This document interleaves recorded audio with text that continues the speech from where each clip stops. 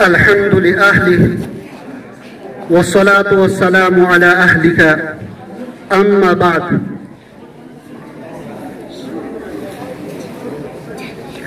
اڑائے کچھ ورق لالا نے، کچھ گل نے، کچھ بلبل نے. اڑائے کچھ ورق لالا نے، کچھ گل نے، کچھ بلبل نے. چمن میں ہر طرف بکھری ہوئی ہے داستاں میری. عزیزان گرامی، طلباء کرام، اساتذہ کرام،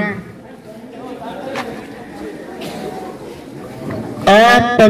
تمام حضرات کو میری طرف سے، اراکین جامعہ بنیت العلوم کی طرف سے آزادی کا 77واں دن مبارکباد ہو. عزیزان، انسان کو اللہ رب العزت نے آزاد پیدا کیا ہے. یہ خلقتاً، یہ پیدائشی اور فطرتاً آزاد ہے. یہ کسی کی غلامی کو قبول نہیں کرتا. اس کی فطرت کے اندر، اس کی طبیعت کے اندر، اس کی پیدائش کے اندر اللہ رب العزت نے یہ جوہر رکھا ہے کہ یہ جھکے گا تو صرف اپنے بنانے والے کے سامنے، یہ جھکے گا تو صرف اپنا پیدا کرنے والے کے سامنے، یہ جھکے گا تو صرف اس ذات کے سامنے جس نے اس کو وجود دیا. اس کے علاوہ دنیا کی کوئی طاقت اسے اپنے سامنے جھکا نہیں سکتی ہے. جس کسی نے بھی اس انسان کو اپنے سامنے جھکانے کی کوشش کی، جس کسی نے بھی اس انسان کو اپنا غلام بنانے کی کوشش کی، جس کسی نے بھی اس انسان کو اپنے تابع کرنے کی کوشش کی، تاریخ گواہ ہے جھکانے والے مٹ گئے. تاریخ گواہ ہے غلام بنانے والے ختم ہو گئے. تاریخ گواہ ہے اس انسان کو دبانے والوں کا نام و نشان باقی نہیں رکھا. لیکن یہ انسان آزاد ہو کر کے زندہ رہا اور زندہ رہے گا. ہمارا ملک ہندوستان یہ آزاد تھا، صدیوں سے آزاد چلا آ رہا تھا. پھر ایک دور وہ آیا، انگریز کے ناپاک قدم. انگریز چونکہ بڑا شاطر ہوتا ہے، اس نے اپنی شاطرانہ چال سے ایک کمپنی، ایسٹ انڈیا کمپنی، 1750 کے بعد سے ہی ہندوستان کے اندر دھیرے دھیرے تجارت کی غرض سے یہاں آنا شروع کر دیا. لمبی داستان کے وقت ہو چکا ہے، آپ تھک گئے تھے. مختصراً چند منٹ کے اندر میں اپنی بات پوری کروں گا. تجارت کی غرض سے آئے تھے، لیکن دھیرے دھیرے دھیرے دھیرے چونکہ اس وقت ہمارا ملک الگ الگ ریاستوں کے اندر بٹا ہوا تھا،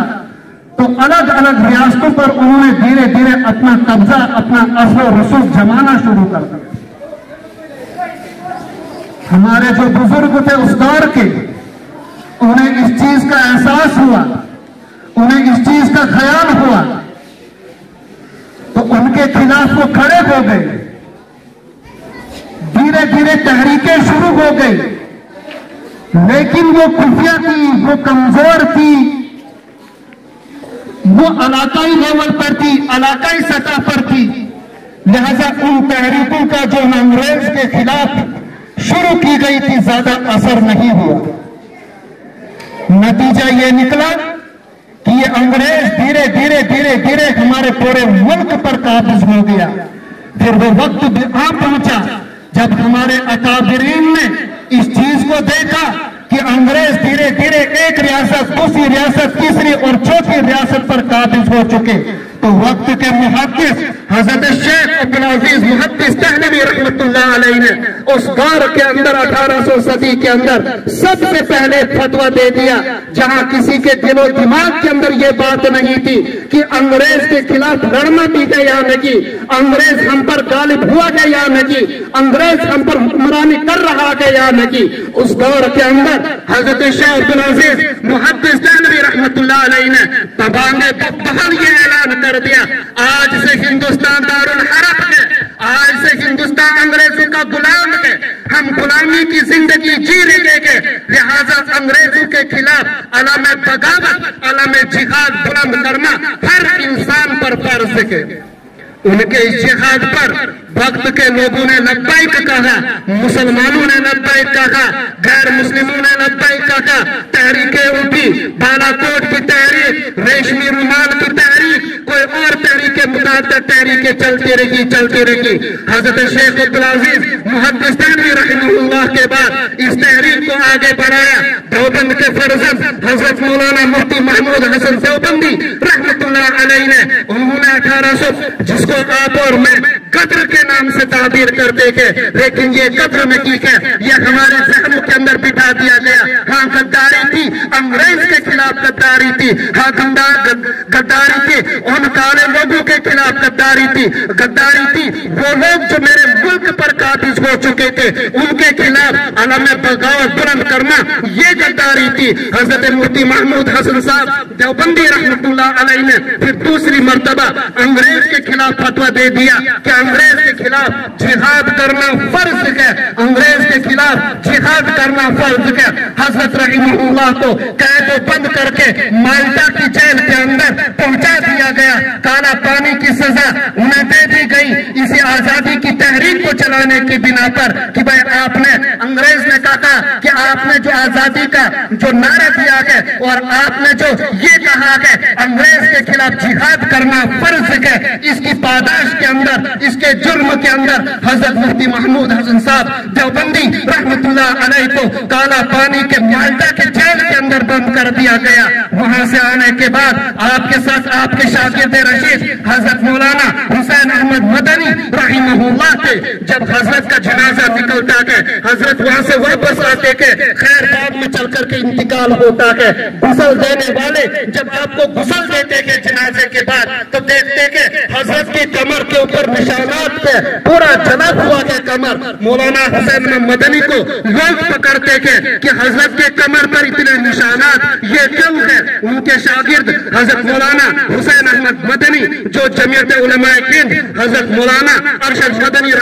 دامت برکات ان کے دادا ہے، وہ فرماتے کہ یہ راز میرے اور میرے استاد کے درمیان تھا، مجھے منع کیا گیا تھا یہ راز میں ظاہر نہ کروں، لیکن میرے حضرت کا انتقال ہو گیا، آج میں یہ راز ظاہر کر رہا ہوں۔ جائیے اگر کسی کو شک ہے تو ہمسن انگریز ایک محرک ہے، اس محرک کی کتاب کے اندر اس نے جو ہندوستان کی آزادی پر مسٹر تھامسن نے جو کتاب لکھی ہے اس کے اندر یہ تمام واقعات موجود ہے۔ وہ کہتا ہے، لکھتا ہے کتاب کے اندر، حسین احمد مدنی سے لوگ جب سوال کرتے کہ وہ کہتے کہ یہ میرے اور میرے استاد کے درمیان ایک راز تھا، میرے استاد کا انتقال ہو گیا، آج میں اپنے راز کو کھولتا ہوں، اور کہتے ہیں حضرت انگریز مالٹا کی جیل کے اندر میرے استاد کو آگ کے انباروں پر بٹاتے تھے اور کہتے تھے محمود ایک مرتبہ کو ہو ہندوستان یہ انگریز کے خلاف جہاد کرنا جائز نہیں ہے، ہم تجھے ابھی آزاد کر دیتے ہیں،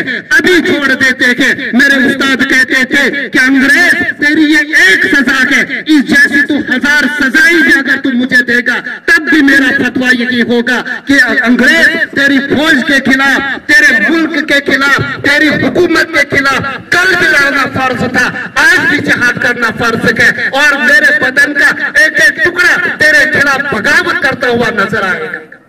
یہ تھے حضرت مولانا مفتی محمود حسن صاحب دیوبندی رحمۃ اللہ علیہ. پھر وہ وقت بھی آ گیا جب آگے چل کر کے 19ویں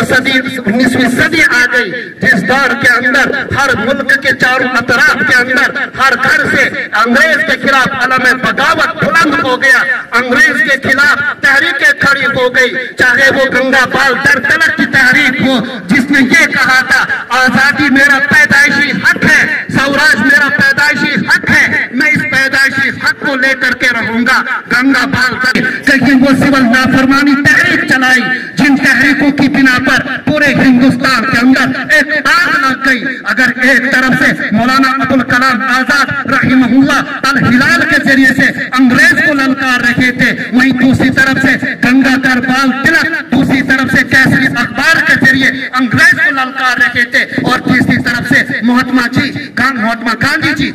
تیسری طرف سے اپنی تحریکوں کے ذریعے کہیں ہندوستان چھوڑ دو تحریک، کہیں سول نافرمانی چھوڑ دو تحریک، کہیں چمپارن سے نکلی ہوئی تحریک، کہیں کھیڑا سے نکلی ہوئی تحریک، یہ تمام تحریکیں گاندھی جی کی قیادت کے اندر اور پورے ملک کے لوگوں کو جو بکھری ہوئی تنظیمیں تھی، جو بکھرے ہوئے لوگ تھے، اپنے اعتبار سے انگریز کے خلاف تھے، ان تمام کو گاندھی جی نے ایک جھنڈے کے نیچے جمع کر دیا اور ایک ایسی تحریک چلائی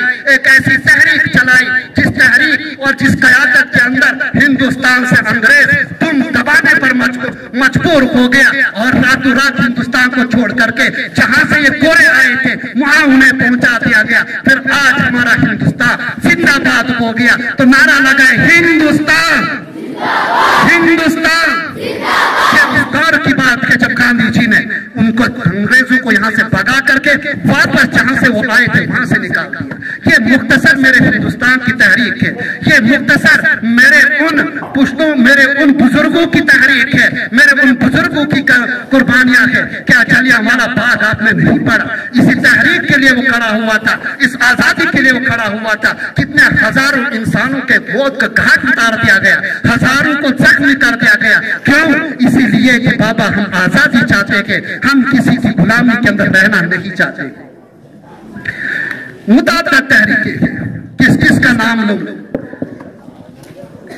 سبھاش چندر بوس کی، وہ آپ جیسے نوجوانوں کو لے کر کے انہوں نے جب اپنی تحریک چلائی، آزاد فوج اپنی بنائی، اس لیے تاکہ ہندوستان کو آزاد کیا جائے. دیگر تمام لوگوں نے، اور سب سے بڑی قربانی جو میں نے بتایا مہاتما گاندھی نے، بکھری ہوئی تحریکیں کی ایک پلیٹ فارم کے نیچے جمع کر کے اس طریقے سے کامیاب تحریک انڈین نیشنل کانگریس جو اس دور کے اندر تھی، اس جھنڈے کے اندر ان کو جمع کر دیا، اور تمام تحریکوں سے ایک ساتھ ان کا دعویٰ احمد آباد کے اندر جو گول میز کانفرنس ہو گئی، اس کے اندر کہا سب سے آخر کے اندر بس اب جو تحریک ہے وہ یہی تحریک ہے، ہندوستان چھوڑ دو، ہندوستان چھوڑ دو، اس کے علاوہ کوئی دوسری تحریک نہیں ہوگی. خیر اسی تحریک کے تحت ہندوستان سے انگریز بھاگنے پر مجبور ہو گیا، ہمارا ملک آزاد ہو گیا. لیکن آج اگر ایک طرف سے کاغذوں کے اندر ہم آزاد تھے، بالکل آزاد تھے، اس میں کوئی دو رائے نہیں ہے، لیکن ذہنی غلامی کے آج بھی ہم شکار ہیں. مجھے معاف کرنا، ذہنی غلامی کے اندر کہ ہم آج بھی شکار ہیں. جس انگریز کو ہم نے یہاں سے بھگایا تھا، 7 سمندر پار پہنچایا تھا، اس دور کے اندر انگریز نے کہا تھا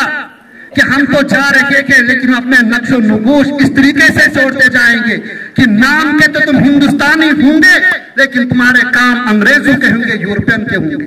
کیا آج ہم اپنے معاشرے پہ نظر نہیں ڈالتے کہ ہم ذہنی غلامی کے کس طریقے سے شکار ہو چکے ہیں؟ ہمارا لباس انگریزوں کا،